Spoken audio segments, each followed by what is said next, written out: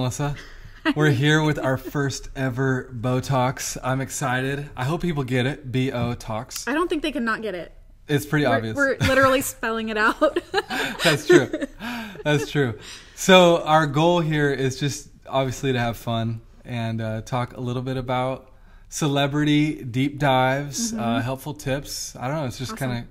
Gonna kind of evolve as it goes. Right. But yeah, today we're talking about one of America's sweethearts. She's my sweetheart. I love her. Is she really? No, I love her. I really do. Well, maybe go ahead and say who it is. Okay, so today we're talking about Jennifer Aniston. Jennifer Aniston. Okay, what do you love about Jennifer? What Aniston? I love about her is I grew up with her in my house, literally. I mean, because wait. Stop. I didn't really grow up with her, but I'm an 80s, 90s baby. So so Friends was like in its heyday when I was watching a lot of TV. Let's be honest. Okay. So I just love Jennifer. So okay, let's start there. Jennifer Aniston, deep dive. Deep dive. Number one, Jennifer Aniston thing that she was involved in of all time. Would it be Friends for you? Friends.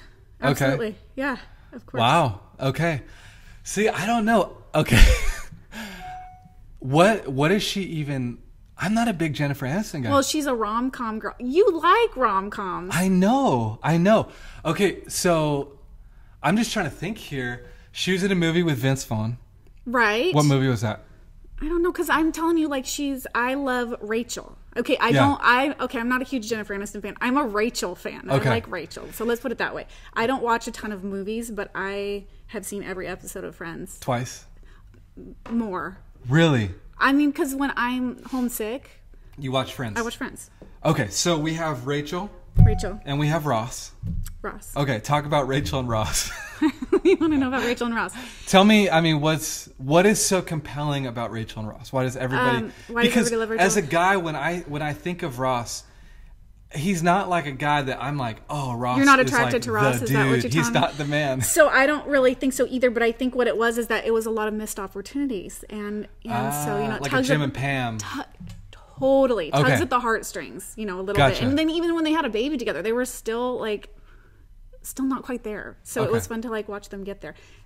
Like everything, Friends jumped the shark. I mean, everything... Jumped the shark. Everything does one, at a certain point. So 10 years of Friends, I would say that my favorite episodes are in the first 6 seasons. Okay. And then it jumped the shark. And then for me it fizzled a little. I've never heard that expression.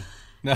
We're totally doing pop culture deep dive and you don't know what jump the shark is? No, I've never heard of that. Then Google that. So anyway, what we're doing today is we're talking about Jennifer Aniston throughout time. And we'll have photos up on the screen. Okay. But one of the first images that you and I have here is 2003. And something that's interesting when we look at celebrities from the late 90s, early 2000s, is it was kind of pre-Botox. Right. And so if you watch, for instance, the other day my wife and I were watching How to Lose a Guy in 10 Days. Okay. And you're just, obviously that's not Jennifer Aniston, it's Kate Hudson, but you're looking at everybody's foreheads. Right. And everybody, number one, their foreheads are moving all over the place. Right, which is weird now. I know. Okay. And then number two, none of them obviously use Botox. Right. And so it's man, Matthew McConaughey has a really deep wrinkle on his forehead. I kind of just want it to go away. It's kind of bugging me. Well, now it's abnormal to see these deep wrinkles on people, whereas I think that, our cultural norm has sort of shifted with Botox and fillers and lasers and lots of things. But I think as we're looking at Jennifer, what you notice is that she has aged really well, which tells me that she has been doing something preventative. Yeah. And I'm sure she's doing Botox now because literally you can make it look so beautiful and natural that it's, not everybody's looking weird with Botox. But she was clearly doing the right things with her skin. She probably was having regular chemical peels and laser and that sort of thing to kind of keep things fresh. Right. Because really it's all about prevention when we're talking about aging. So what we're looking for when somebody like you or myself or somebody that's in this industry looks at aging, number one, and I want you to speak to this. For me, what I'm looking for is kind of the aging triangle. And so obviously you know this, but maybe people at home don't. When we're young, and you've heard this a million times, you probably taught this a million times. When we're young, we have a lot of volume, in the cheeks, not as much down the chin. And then as we age, that just flips on itself. So what actually happens is We have a lot of volume due to, you know, the bone structure, musculature, and fat pads in our mid-face. So this really ideal face shape is sort of an inverted triangle. So you're going to be wider here and get narrower here, especially for women. For men, it's slightly different.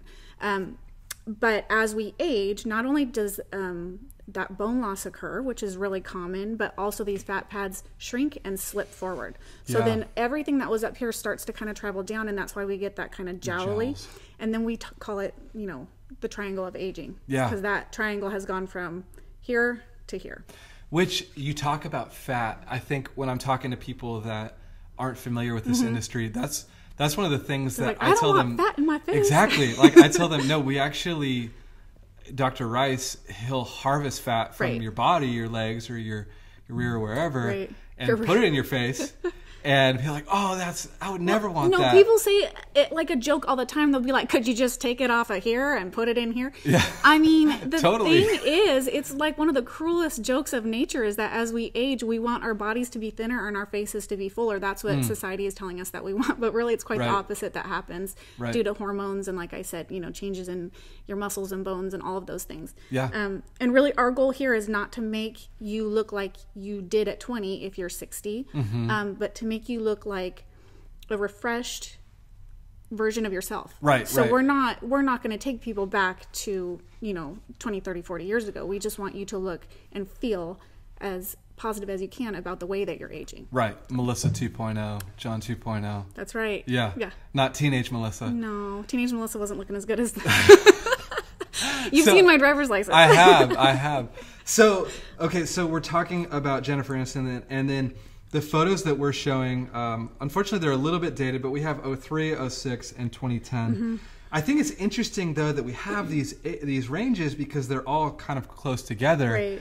And so, like I said, we'll kind of cycle through each of those. But if we look at 2010 compared to 2003, what would be one of the number one things that you notice on Jennifer Aniston that she didn't have in 2003? So now this is odd because I know that she has talked about rhinoplasty, and I'm sure she's pretty open about having had it. But 2003 to 2010 in this picture, her nose looks slimmer to me, and it could be makeup. The makeup artists can do some really incredible things, which, by the way, is what we're doing with filler, is changing sort of those light and shadow sort of curvature of the face. So the things that your makeup artist does with highlighting and contouring, we're trying to achieve with filler. Right. So it could be that, but to me, I notice her nose looks thinner. I definitely see that. And actually, even from 06 to 2010, her nose is definitely slimmer. Typically, a nose and a chin go together. I don't see a drastic change in her chin, though, do you? No, but she already had a beautiful jawline and chin. Yeah, she did. One thing that I see, and we're talking about her not to shame her. No, kind of more like she's beautiful. She's done this great job. Yeah. She doesn't look like somebody who's had a lot of work done, which, like you said, is always the goal. The goal isn't for people to be like, oh, you've had a bunch of work done. Right. You look awesome. Right. It's no, like what's changed. Like if people are asking you like, who does your filler? Like I may not have done my job perfectly well because I don't want them to really know what you've done. I just want them to look at you and think you look refreshed. Or who did your facelift? Right. Yeah. Who did your nose job? So one thing that I see from 03 to 2010 is in 2010 she has a lot more volume in the cheeks. Are you seeing that? Yeah, I do see that. What I also notice, and this could be why her nose looks slimmer to me, is that there's a little bit of volume loss kind of in the tear trough area just under the eyes. It looks good and natural on her, though. I don't think it's a bad... It doesn't look sunken. It doesn't look bad, but I would say that that's where the subtlety of sort of some of these procedures comes in, is that you don't want to take every curve and valley off your face. You want to look natural. Right. And that's something that I think we see a lot, not in our office, but on TV or in photos of celebrities. And that's why I think it's interesting to talk about celebrity culture around filler, is you do see a lot of what we call overfilled celebrities, and it almost makes them look overweight. I see some celebrities go a little bit too heavy on the jawline, and it looks almost masculine to me. So it's strange to me because this jawline sort of obsession is real right now. Yeah. And they almost have us convinced that super sharp angle, really chiseled jaw is beautiful, and I think it's very much a trend. So even though I think there is something to a beautiful jawline, it still has to look like it belongs to you. Yeah, I agree.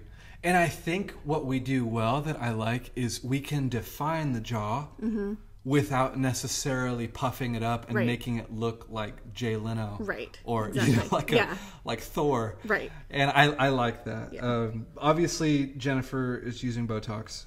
Oh, for sure. And for her age. By the way, everyone should be. So yeah. In my opinion, I use it. You use it. Right. But you look at, it's interesting. Even in 2003, she didn't have a lot of crow's feet going on the side of the eyes. And that's why I'm thinking, if this is kind of pre-Botox, that she was using other sort of preventative measures, whether it's her topical creams or, but she's definitely taking care of her skin, which is tops. That's number one in age prevention.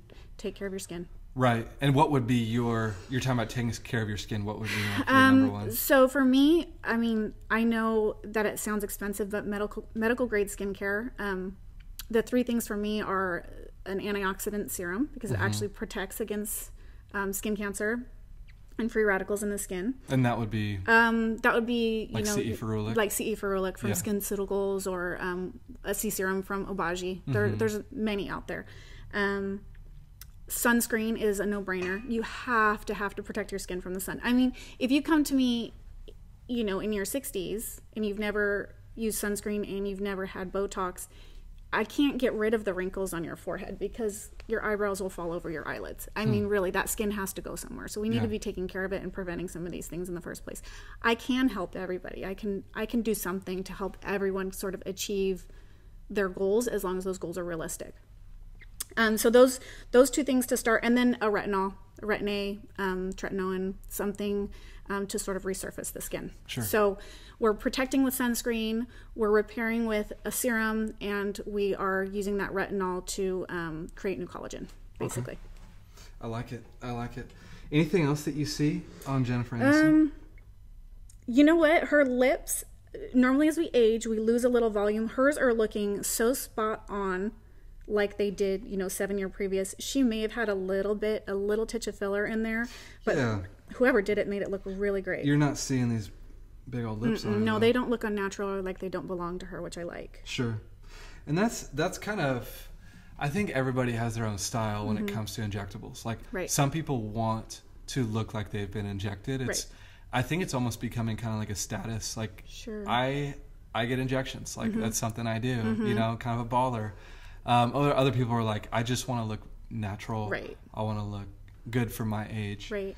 And I definitely think she fits into this category. I think so too. So, I'm a fan. What can I say? I know you are. Rachel Ross, forever. Forever. Awesome. Well, he's her lobster.